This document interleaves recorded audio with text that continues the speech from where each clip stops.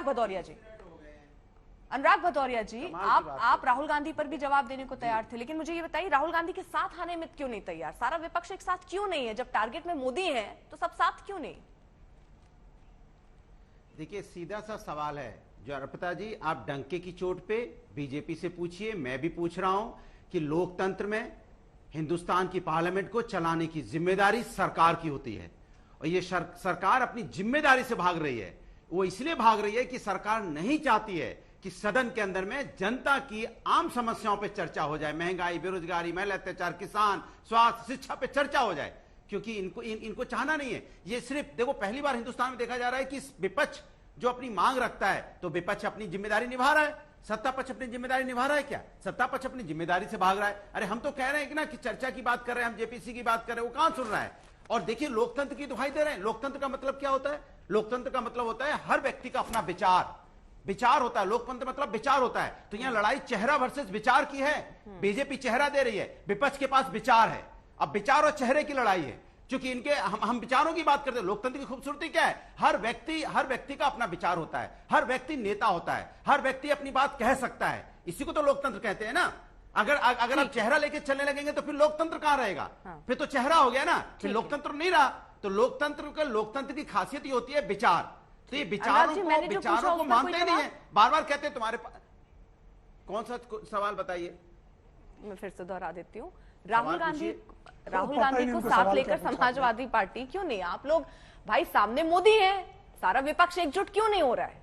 सबके टारगेट में तो प्रधानमंत्री नरेंद्र मोदी है ना, क्यों नहीं साथ हैं आप लोग? अच्छा, समस्या ये है कि शायद आप समझ नहीं पाए। मैंने क्या समझा नहीं पाए होंगे आप, फिर से एक बार समझाइए। लोकतंत्र का मतलब विचार, सुन तो लीजिए, लोकतंत्र का मतलब होता है विचार। अच्छा। समाजवादी का अपना विचार है, कांग्रेस का अपना विचार है, दूसरे दल का अपना विचार है।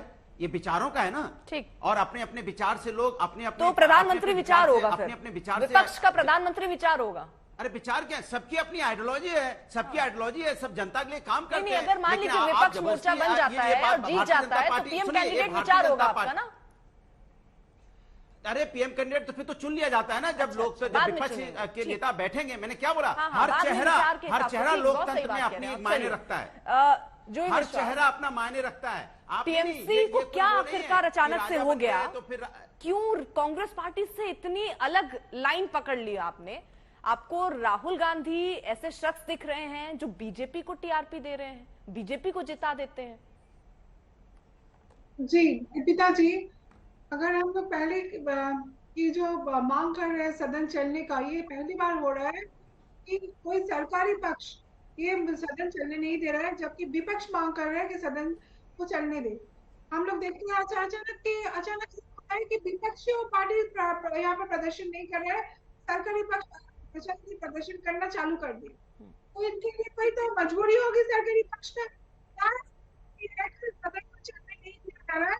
आम आदमी के जरूरत के बाद क्यों नहीं पहुंचा जा रहा है पार्लियामेंट में उनके रिप्रेजेंटेटिव? आज अगर देखेंगे, आप जो बता रही थी एकदम सही है, आम आदमी के कितने पैसा नुकसान हो रहा है आज।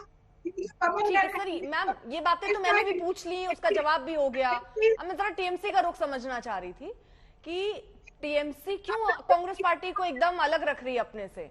हम वही बोल रहे हैं। आज राहुल गांधी जी को एक हीरो बना दिया जा रहा है बीजेपी के तरफ से कि राहुल गांधी मतलब वो हीरो है नहीं, उनको बीजेपी हीरो बना रही है।